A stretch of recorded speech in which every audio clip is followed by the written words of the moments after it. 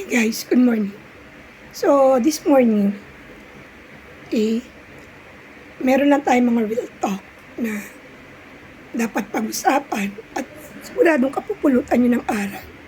So, for this morning, pakita ko lang sa inyo kung paano ba kahirap, kabigat, at katrabaho maging isang nanay, especially yung working mom. So, in here, makita ninyo, ayan po, ginagawa ko yung mga trabaho sa eskwela. And while doing this work,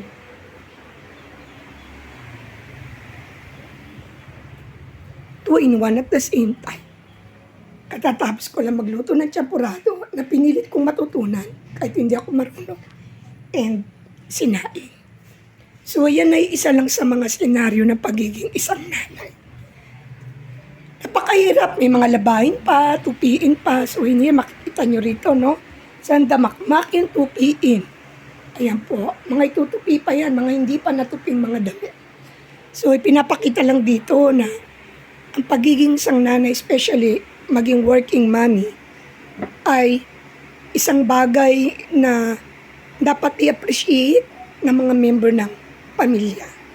Unang-una, hindi alam ng mga nanay kung paano kumita ng pera para makadagdag sa gastusin ng pamilya, pandagdag sa mga gastusin ng pamilya.